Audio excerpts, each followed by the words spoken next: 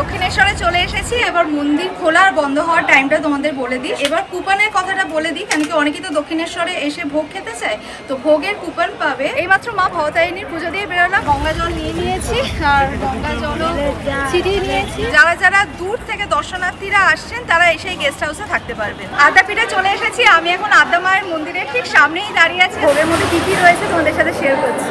Good morning everyone, welcome back to the channel. আমি শ্রাবন্তী, আশা করি তোমরা প্রত্যেকেই খুব ভালো আছো, সুস্থ আছো। আমি খুবই ভালো আছি। আজকে যাচ্ছি দক্ষিণেশ্বরে মাকে পুজো দিতে। দুদিন আগে কালীঘাটে গেছিলাম এবং তোমরা সকলেই জানো কালীঘাটে রিসেন্টলি স্কাইওয়াক উদ্বোধন হয়েছে। তো কালীঘাট স্কাইওয়াকের পাশাপাশি কালীঘাট মন্দিরের ব্লগ আমি অলরেডি আমার চ্যানেলে লাইভ করে দিয়েছি। যারা যারা ব্লগটা দেখোনি, এখানে দেখো আই বাটনে একটা লিঙ্ক ফ্ল্যাশ হচ্ছে, প্লাস ভিডিওর ডেসক্রিপশন বক্সে আমি লিঙ্কটা দিয়ে দিয়েছি। তোমরা এই ব্লগটার পরে ওই ব্লগটা দেখে নিও। তো এখন বাজে সকাল 7:30, এবার রওনা দেবো। আর আজ সকাল থেকেই দেখছি ওয়েদারটা বেশ সুন্দর, মানে মেঘ মেঘ করে আছে। জানি না কতক্ষণ এরকম মেঘ মেঘ করে থাকবে, যা রোদ গরম চলছে, বাট প্রে করছি যেন এরকম ওয়েদারই থাকে।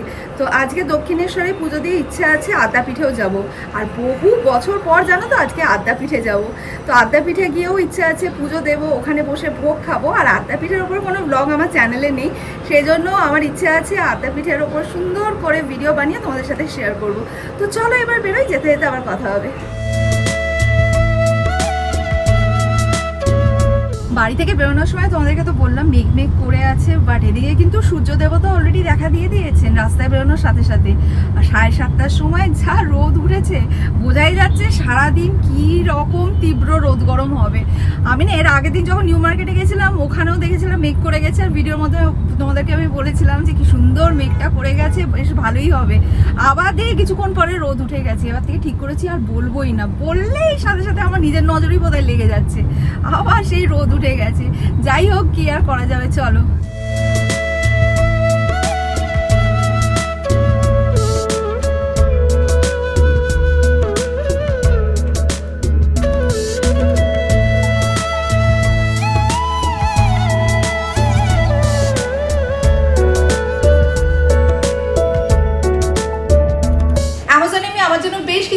কুর্তা প্যান্ট সেটের অর্ডার প্লেস করেছিলাম, যেগুলো আমার কাছে ডেলিভার্ড হয়ে গেছে। তো এই কুর্তা অ্যান্ড কুর্তা প্যান্ট সেটগুলো আজকে আমি তোমাদের সাথে শেয়ার করব। তো কোন ড্রেসের উপরে আমি কত কি ডিসকাউন্ট পেয়েছি বা আফটার ডিসকাউন্ট কি প্রাইস নিয়েছে, সমস্ত কিছু আমি স্ক্রিনের মধ্যে মেনশন করে দেবো। প্লাস প্রত্যেকটা ড্রেসের লিঙ্ক আমি ডেসক্রিপশন বক্সে দিয়ে দেবো, তোমরা সেখান থেকে চেক করে নিও। 1 মে থেকে অ্যামাজনে গ্রেট সামার সেল স্টার্ট হয়ে গেছে, যেটা চলবে 6 মে পর্যন্ত, যেখানে ওয়াইড রেঞ্জ অফ প্রোডাক্টসের উপর মিনিমাম 50 to 80% ডিসকাউন্ট পেয়ে যাবে। So don't miss out. ফার্স্টে তোমাদের যেটা দেখাবো সেটা হচ্ছে পিকক গ্রিন কালারের কুর্তা প্যান্ট সেট। এখানে যে ফ্যাব্রিকটা ইউজ করা হয়েছে এটা পলি সিল্ক ফ্যাব্রিক।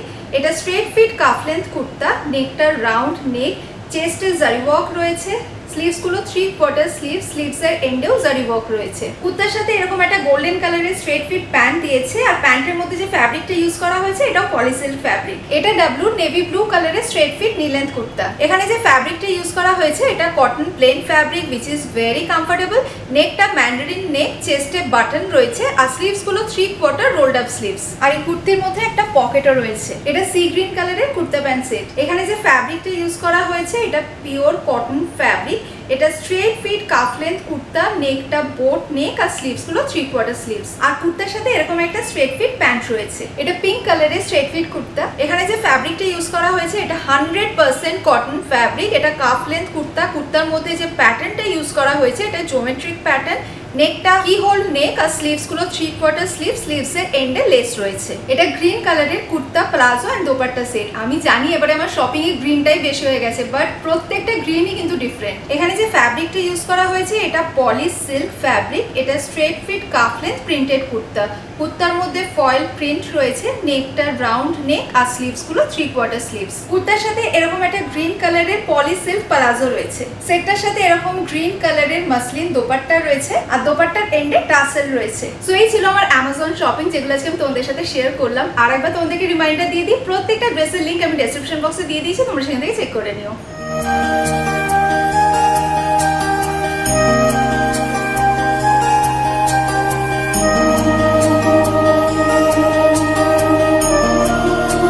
দক্ষিণেশ্বরে চলে এসেছি। আগে চলো ডালা আর্কেডে গিয়ে পুজোর ডালাটা নিয়ে মায়ের পুজো দিয়ে আসি।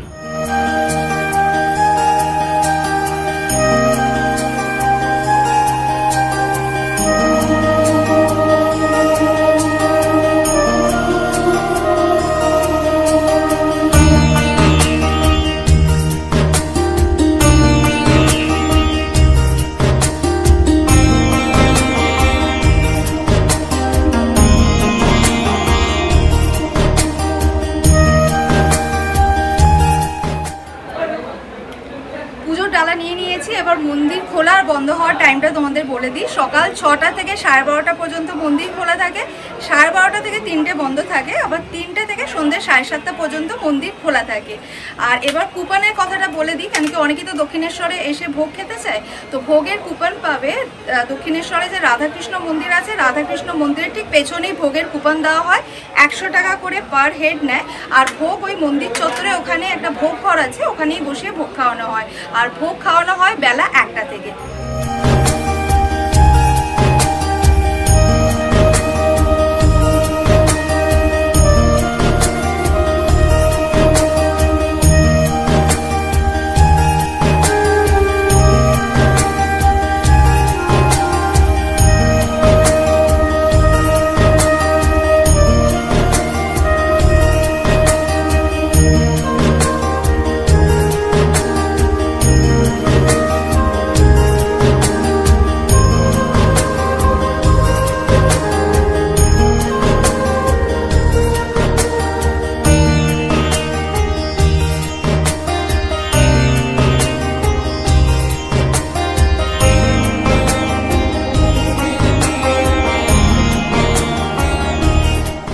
এইমাত্র মা ভবতারিণীর পুজো দিয়ে বেরোলাম। আজকে মাকে লাল বেনারসি পরানো হয়েছিল, এত সুন্দর লাগছিল দেখতে।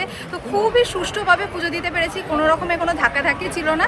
তো এবারে ডালা আর্কেডে যাবো, গিয়ে প্রসাদটা নেব, নিয়ে গঙ্গায় যাব, গঙ্গায় ওখানে গিয়ে গঙ্গা জল নেব।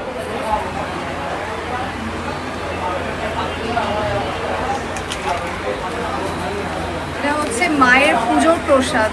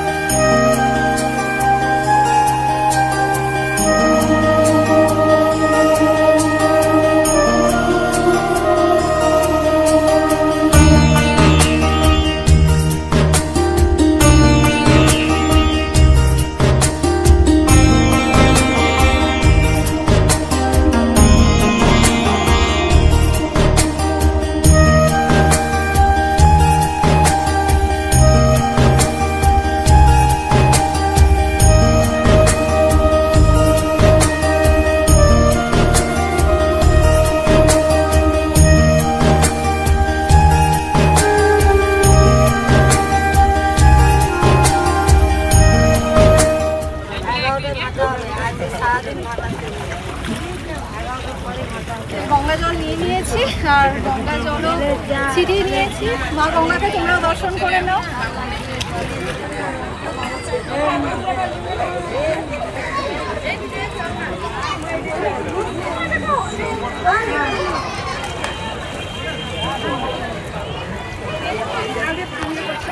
তোমরা তো জানোই প্রতিবার মন্দিরে পুজো দিয়ে এখানে ফুড প্লাজায় এসে কিছু খাওয়া দাওয়া করে তারপরে বাড়ি ফিরি, বাট এবারে আর ফুড প্লাজায় খাবো না, যেহেতু এখান থেকে এখন আদ্যাপীঠে যাবো। তো আদ্যাপীঠে বসে ওখানে ভোগ খাবো, তোমাদেরকে তো বেরোনোর সময় বললামই। আর এই যে গেস্ট হাউসটা দেখছো আমার পেছনে, এবারে এসে দেখলাম গেস্ট হাউস অলমোস্ট কমপ্লিট, একবারে রং ঠং করে দিয়েছে। লাস্ট টাইম যখন এসেছিলাম তখন রং হয়নি, এবার এসে দেখলাম রং করে দিয়েছে। 95% মতো কাজ হয়ে গেছে, আর কিছুদিনের মধ্যে গেস্ট হাউস খুলে যাবে। তো যারা যারা দূর থেকে দর্শনার্থীরা আসছেন তারা এসে গেস্ট হাউসে থাকতে পারবেন। প্রতিবারের মতো মন্দিরে পুজো দিয়ে চলে এসেছি। দক্ষিণেশ্বর মন্দিরের ঠিক পেছনেই যে ঘাটটা আছে ওইখানটায় চলে এসেছি। তোমরা যারা যারা আমার ব্লগ দেখো নিয়মিত তারা তো জানোই আমি দক্ষিণেশ্বরে এসে পুজো দেওয়ার পর এই জায়গাটা আসি। এই জায়গাটা এত ভালো লাগে, পুরো শান্তিপূর্ণ পরিবেশ। যারা যারা জানো না এই জায়গাটা কোথায় তাদেরকে আবার ভালো করে বুঝিয়ে বলে দিই। দক্ষিণেশ্বরে ঢুকতেই যে পার্কিং লটটা রয়েছে, পার্কিং লটের ঠিক পেছনেই দেখবে এই ঘাটটা রয়েছে। চারিদিকটা বাঁধানো, খুব সুন্দর, প্রচুর গাছপালা দিয়ে সাজানো, খুব সুন্দর। তো এখান থেকে না মার মন্দিরটাও খুব সুন্দর দেখা যায়। তো এখানে বেশ কিছুক্ষণ কাটিয়ে তারপরে আদ্যাপীঠে যাব।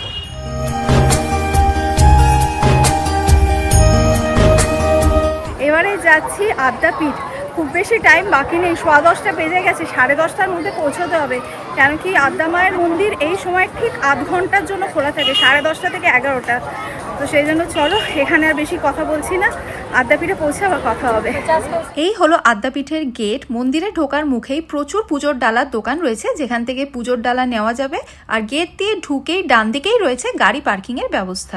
আদ্যাপীঠে চলে এসেছি আমি এখন আদ্যা মায়ের মন্দিরের ঠিক সামনেই দাঁড়িয়ে আছি, আর 5 মিনিটের মধ্যে মায়ের মন্দিরের দরজা খুলে যাবে।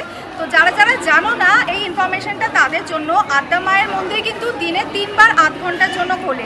এক হচ্ছে ভোরবেলা 4:30 থেকে 5টা, বেলাতে 10:30 থেকে 11টা, আবার সন্ধ্যাবেলা 7টা থেকে 7:30। দিনে 3 বার 8 ঘন্টার জন্য খোলে। তো এখন 10:25 বাজে, আর 5 মিনিটের মধ্যে আদ্যা মন্দিরের দরজা খুলে যাবে। আদ্যা মায়ের মন্দিরের ঠিক উল্টো দিকে যে দালান রয়েছে, এই দালানে বসেই সকলে পুজো দেখে। তো এই দালানটা না দুটো ভাগে বিভক্ত, একটা হচ্ছে পুরুষদের আর একটা হচ্ছে মহিলাদের। তো মহিলারা একদম সামনের দিকে দাঁড়িয়ে পুজো দেখে, আর পুরুষরা একদম পেছন দিকে। 1915 সালে মা কালীর একনিষ্ঠ ভক্ত সাধক অন্নদাচরণ ভট্টাচার্য স্বপ্নে মায়ের দেখা পান। তারপর রামকৃষ্ণ দেবের আদেশে ইডেন গার্ডেন সংলগ্ন পুকুরের তলা থেকে পান অষ্টধাতু মায়ের মূর্তি। স্বপ্নেই প্রকাশ আদ্যা শক্তির, উচ্চারণ আদ্যা স্তোত্র। পুজো শুরু আদ্যা মায়ের। 1921 সালে শ্রী অন্নদা ঠাকুর দ্বারা প্রতিষ্ঠিত এই দক্ষিণেশ্বর রামকৃষ্ণ সংঘ আদ্যাপীঠ। সাদা মার্বেলের তৈরি মন্দিরটি যেমন সুন্দর, মূর্তিতেও তেমন অভিনবত্ব এখানে। ত্রিমূর্তির নিচের স্তরে রামকৃষ্ণদেব, মাঝের স্তরে আদ্যা মা ও ওপরের স্তরে রাধাকৃষ্ণ পূজিত হন। আদ্যা মন্দিরে এখন আরতি, স্তোত্রপাঠ ও নামগান হচ্ছে।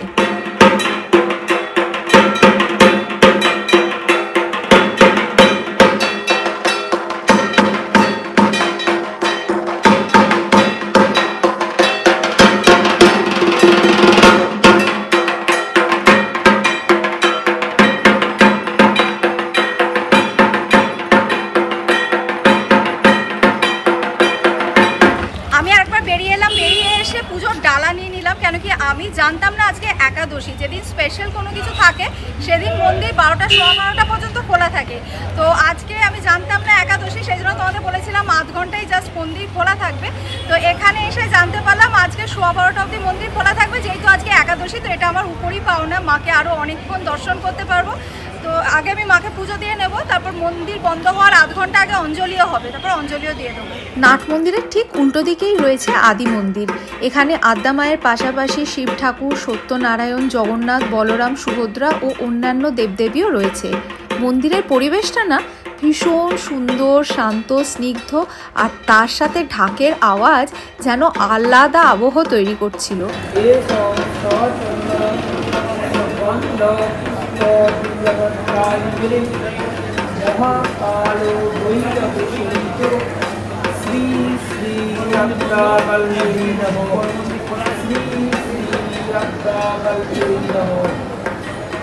এই আদি মন্দিরে পুজো দিতে হলে 12টার মধ্যে আসতে হবে, কারণ বেলা 12:10 এই মন্দির বন্ধ হয়ে যায় এবং বিকেল 3টের পরে খোলে এবং খোলা থাকে রাত 8টা পর্যন্ত। তবে বিশেষ বিশেষ তিথিতে মন্দির সারাদিন খোলা থাকে।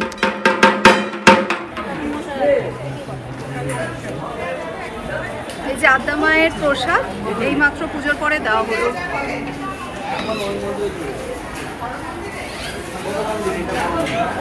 ভোগের কুপন নিয়ে নিয়েছি, এবার কুপনের দামটা তোমাদের বলে দিই। কুপনের দাম হচ্ছে 80 টাকা পার হেড। তো কটা থেকে কুপন দেওয়া হয় সেটাও তোমাদের বলে দিই। সকাল 8:30 থেকে বেলা 2টো পর্যন্ত কুপন দেওয়া হয়, আর ভোগ খাওয়ানো হয় বেলা 11:15 থেকে 2টো পর্যন্ত। আর 7 বছরের নিচে বাচ্চাদের জন্য টিকিট প্রাইস হাফ, মানে 40 টাকা।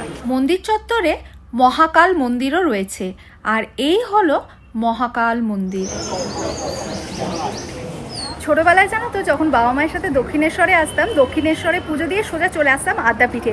আদ্যাপীঠে পুজো দিয়ে ভোগ খেয়ে তারপরে বাড়ি ফিরতাম। বিয়ের পরে একবারই আদ্যাপীঠে এসেছি, তাও 15-16 বছর তো হয়েই গেছে। মানে 15-16 বছর পর মায়ের আশীর্বাদে আবার আজকে আদ্যাপীঠে আসতে পেরেছি, মার পুজো দেখতে পেয়েছি, মাকে অঞ্জলি দিতে পেরেছি। আর সব থেকে উপরই পাওনা হচ্ছে আজকে যেহেতু একাদশী, মার মন্দির অনেকক্ষণ খোলা ছিল, মাকে অনেকক্ষণ মন প্রাণ ভরে দেখতে পেরেছি। তো এখন অবশ্য আমি একদম আদি মন্দিরের সামনেই দাঁড়িয়ে রয়েছি, আর মিনিট 5 এর মধ্যে ভোগ খাওয়ানো শুরু হবে। আর যারা যারা বাড়িতে ভোগ নিয়ে যেতে চাও সেক্ষেত্রে আমি বলে দিই 80 টাকা দিয়ে কুপন কাটতে হবে। এবার বাড়িতে ভোগ নিয়ে যাওয়ার জন্য বাড়ি থেকে কন্টেনার নিয়ে আসতে হবে, এখান থেকে কিন্তু কন্টেনার প্রোভাইড করা হয় না। এই হলো ভোগ খাবার ঘর। ভোগ ঘরের পাশে জুতো রাখার জায়গা আছে, 5 টাকার বিনিময়ে 1 জোড়া জুতো রাখা যাবে। এখানে কুপন দেখিয়ে তারপরে ভোগ ঘরে ঢুকতে হবে। তো আমি এখন ভোগ ঘরে ঢুকে পড়েছি, চলো তোমাদের ভোগ ঘরের ভেতরটা দেখাই। ভোগ ঘরটি অনেক বড়, একসাথে বহু মানুষ বসে ভোগ খাওয়ার সুন্দর ব্যবস্থা রয়েছে এখানে।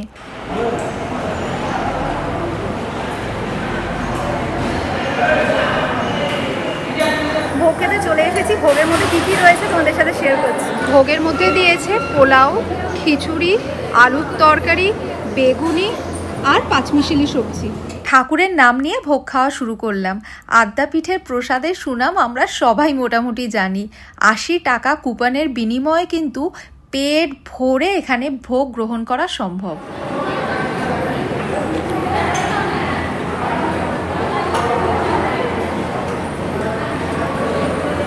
এখন দিয়েছে আমের চাটনি আর পায়েস।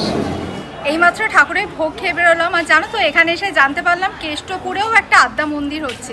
খুব ভালো হবে, আমাদের বাড়ির কাছাকাছি হয়ে যাবে, আমরা অনেকেই ওখানে দর্শন করতে যেতে পারবো। কেন কি আমাদের ওখান থেকে আদ্যাপীঠে আসতে বেশ অনেকটাই সময় লাগে। যাই হোক, এবারে বাড়ি যাওয়ার পালা। তো চলো, আজকে ভিডিওটা এই পর্যন্তই রাখছি। যদি আজকে ভিডিওটা তোমাদের ভালো লেগে থাকে, লাইক করো, কমেন্ট করো, ফ্রেন্ডস অ্যান্ড ফ্যামিলি সকলের সাথে শেয়ার করো। আর স্মাইল উইথ স্টকসের ফেসবুক পেজটাও প্লিজ ফলো করে নিও। Thanks for watching and by.